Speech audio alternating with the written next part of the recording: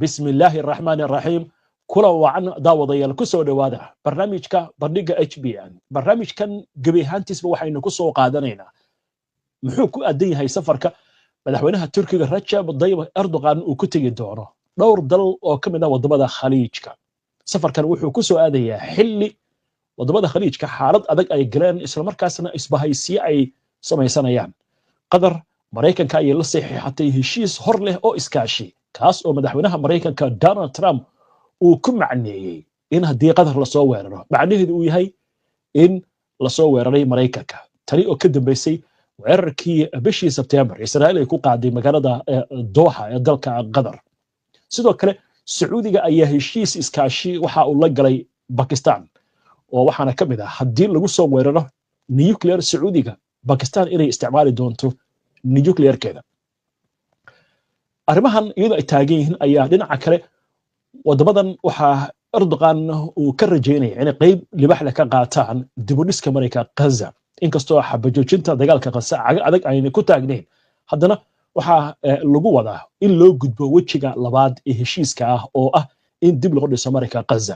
laakiin waxaa la isweydiinayaa maxay tahay sababta Erdogan uusan u tagayn wadamada Sacuudiga iyo Imaaraadka Carabta oo kamid ah dalalka ugu dhaqaalaha badan ee wadamada Carabta isla markaasna la filayay in kaalin mugleh ay ka qaataan dib u dhiska Mareykanka Gaza.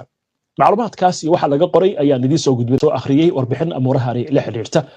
maxamed bahada warbixintu maxay ku bilaabatay inoo bilow?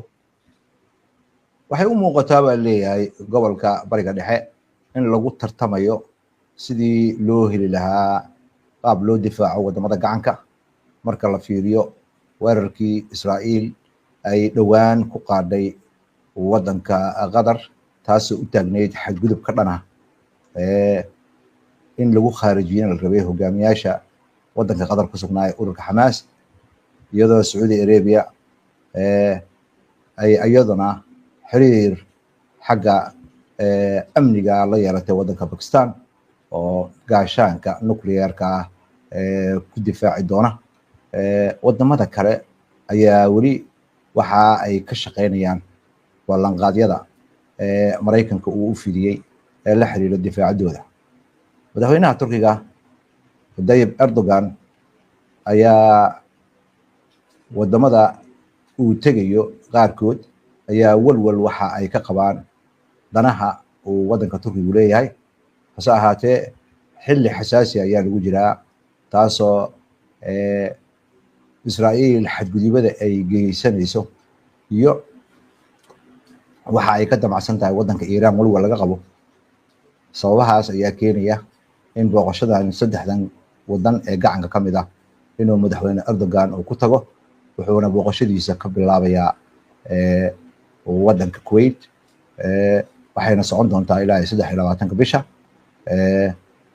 waxaana safarkaasi wadamada uu ku tagay kamid ah Qatar iyo Oman waxaana cinwaan looga dhigay gargaarka bini'aadanimada iyo xaaladda bini'aadanimo ee ka jirta Mareykanka Gaza iyo geedi socodka nabadda. saacaatee madaxweynaha Turkiga waxaa la hubaa inuu soo jeediyo hindise lagu xiriirinayo sidii loo difaaci lahaa wadamada gacanka ee tabarta yar inkastoo ay iibsadaan hubka wadanka Turkiga. waa gartay maxaa marka warbixin ah oo laga hayaa macluumaadka ku aadan in arintan inkastoo Gaza iyo gargaarka ay ku aadan tahay haddana iskaashi military iyo in Turkigu uu iib geynayo qalabkiisa difaaca iyadoo wadamada Khaliijka hadda ay soo baraarugeen arrimahaas maxaa laga ogayaa Maxamed in wax laga yiri in kale? sida laga soo xiganayo wargeysyo maxalli ah oo Turkiga ka soo baxa madaxweynaha Turkiga booqashadan uu ku marayo wadamada gacanka ayaa looga gol leeyahay dhowr tilaabo oo lagu xoojinayo iskaashiga goobaha dhinacyada muhiimka ay ka mid yihiin dhinaca difaaca dhinaca shidaalka iyo dhinaca maalgelinta. safiirka Turkiga Nova Nur Nomez ayaa waxa uu booqashadu ka sheegay inay ka bilaabanayso wadanka Kuwait waxaana lagu sheegay bayaano lagu daabacay wargeyska wadanka Kuwait annaba la yiraahdo amniga gobolka gacanka in uu qayb muhiim ka yahay difaaca amniga qaranka ee wadanka Turkiga. Wadanka Turkiga ayaa sidoo kale istiraatiijiyad muhiim leh ay u leedahay xiriirka uu leeyahay wadanka Kuwait, waxayna u muuqataa amniga wadamada gacanka marka la fiiriyo Israa'iil weerarkii ay dhawaan ku qaaday Qatar in uu hadda noqday qayb muhiim ah oo amniga qaranka oo ah dhammaan wadamada gacanka oo raba in ay maalgelin xoog leh ku sameeyaan wadamada gacanka, wadamadii maalka gashtay oo Turkiga ka mid yahay, isla markaasna ayadoo lagu gabanayo nidaam difaaca ayaa heshiisyo kala jiraan oo qarsoodi ah. waa gartay maxamed, dhinaca kale Turkiga dhaqaale xuma muddooyinkan haysay, marka ma la oran karaa Erdogan arrintan wuxuu kaga faa'iideysanayaa arrimo dhaqaale? madaxweynaha Turkiga ayaa u hanqaltaagaya in uu taageero u helo dhaqaalihiisa gaabiska hadda noqday. Safiirka Kuwait u fadhiya wadanka Turkiga ayaa xaqiijiyey in heshiisyo dhowr ah iyo isfaham uu dhex mari doono labada dhinac lana saxiixi doono, kaasoo siinaya wadanka Turkiga in iskaashi uu kala yeesho dhinacyo kala duwan oo ay ka mid tahay maalgashiga, shidaalka, difaaca, ganacsiga iyo xagga gaadiidka. marka laga gudbo inuu hoos u dhacay qiimaha wadanka doolarka ee adduunka oo dhan, Turkiga lacagtiisa ayaa sidoo kale gaartay meeshii ugu hooseysay, welina hoos u socota.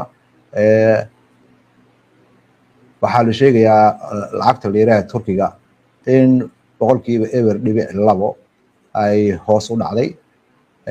waxay ahayd baa leeyahay 41.95 marka doolarka la barbar dhigo. haddana waxaad moodaa in ay marayso 41.94 77 halkii liiro doolarka u dhigma. waxaadna sanadkan boqolkiiba 16 ayaa lacagta liiraha hoos u dhacday, welina waxaad moodaa in weygii 15aad ay lacagtaasi weli hoos usii dhacayso. waaya dhinaca kale marka laga eego wadamada qaarkood ma tegaya, waana wadamo ka mid ah kuwa ugu muhiimsan sida Sacuudiga iyo Imaaraadka oo kale, maxaa laga sheegay arrinkan? safiirka ayaa waxa uu tilmaamay madaxweyne Erdogan boqoshidiisa degdega ah wadamada saddexda uu ku marayo saddexda maalmood kuma jiri doonaan wadamada Sacuudiga iyo wadamada Sultanka Imaaraadka Carabta, kuwaas oo su'aalo badan ka keenay sababaha ay uga maqan yihiin dalalka uu madaxweynaha Turkiga marayo. haddii hogaamiyaasha wadamadaasi aynan doonayn inay asaga soo dhaweeyaan maadaama xilli ammaan oo xasaasi lagu jiro, iyo wadanka Saudi Arabia oo xaaladiisa amniga hadda ku xiray wadanka Pakistan. xiriirka Turkiga iyo Sacuudiga u dhaxeeya in dhawaalaba gaabis ayuu ahaa sanado badan. 6 sano ugu dambeysay wixii ka dambeeyay 2018 markii nin suxufi ah oo Sacuudiga u dhashay Jamal Khashoggi lagu dilay qunsuliyadda Sacuudiga ku lahaa magaalada Istanbul. iyo xiriirka ganacsiga ee labada dhinac leeyihiin ayaa sidoo kale waxa uu noqday arrimo siyaasadeed. xiriirkii ayaa waxaad moodaa inuu gaaray meeshii ugu xumayd.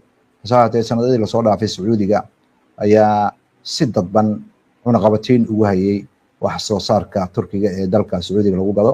xukuumadda Sacuudiga ayaa ugu baaqday muwaadiniinteeda in ay ka leexdaan in ay u safraan wadanka Turkiga ama guryo ka gataan. waxayna ahayd arrintaasi arrin saameyn ku yeelatay dhaqaalaha wadanka Turkiga. waaya inagoo arrintan si aan baqaadayna, marka maxamed, xiriirka hadda u dhaxeeya Turkiga iyo Sacuudiga muxuu intee gaarsiisan yahay ilaa hadda? sida laga soo xiganayo golaha xiriirka dibadda ee Turkiga, ilaa iyo 200 oo shirkadood oo wadanka Turkiga laga leeyahay ayaa Sacuudiga ka shaqeeya. gaar ahaan waxay ka shaqeeyaan xagga dhismaha, shidaalka, caafimaadka, cunnada iyo agabka guryaha iyo dalxiiska. kadib markii labada dhinac ay wada xaajoodiyo yeesheen iyo dib u heshiisiin, labada hogaamiye ayaa shirkadaha Turkiga loo ogolaaday Sacuudiga inay ka helaan qandaraasyo xagga kaabayaasha ah oo qiimihiisa lagu sheegay ilaa bilyan oo dollar.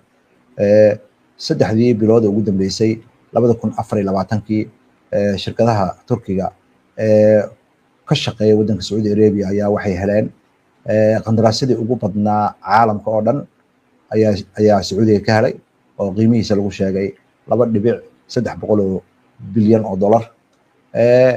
In Sacuudiga iyo Imaaraadka hadda ay ka maqan yihiin dhulka uu booqashada ku marayo madaxweyne Erdogan sababo la xiriira xaqiiqada ah Turkiga iyo Qatar xiriirkooda ay la leeyihiin ururka Xamaas ayaa waxa uu ka fiican yahay Sacuudiga iyo Imaaraadka xiriirka ay la leeyihiin ururka Xamaas.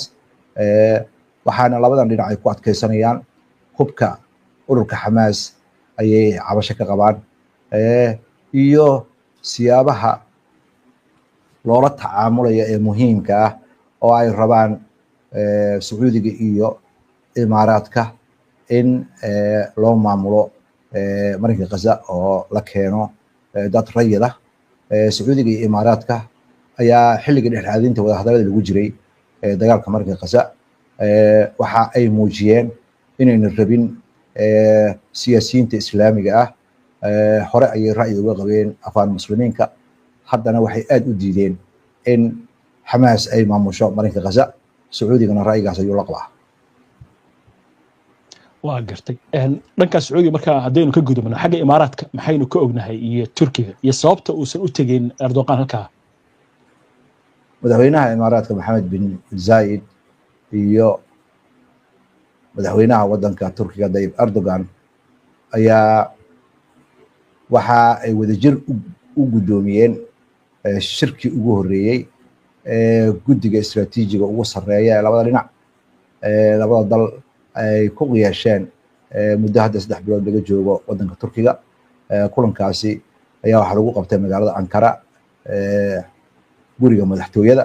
Labada dhinac ayaa ka wada xaajooday arrimaha iskaashiga horumarka iyo dhinacyo kala duwan taasoo horumarka mudnaanta koowaad ay siinayaan labada dal qayb weyn ka qaadanayaan sidii danahooda ay uga wada shaqeyn lahaayeen ayadoo lagu qaabeynayo isfahamka xagga dhaqaalaha iyo iskaashiga ee u dhaxeeya Turkiga iyo Imaaraadka. Waxaa sidoo kale la tilmaamayaa in madaxweyne Erdogan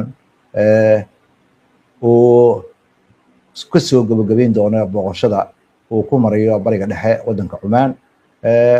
Saldanada Cumaan ayaa door muhiim ah ka qaadata gobolka bariga dhexe, gaar ahaan wadamada gacanka waxay ka mid tahay wadamada ugu galgalka badan marka la fiiriyo culayska ay ku leedahay. Erdogan waxa uu xiiseynayaa in uu arrimaha difaaca kala hadlo. Cumaan uma baahna arrimo difaac oo xagga Turkiga uga baahna.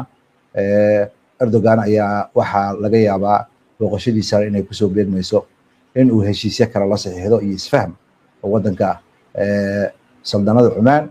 Booqashadan uu ku marayo waddankana waxaa muuqata tii ka horreysay inay ahayd bishii November sanadkii la soo dhaafay.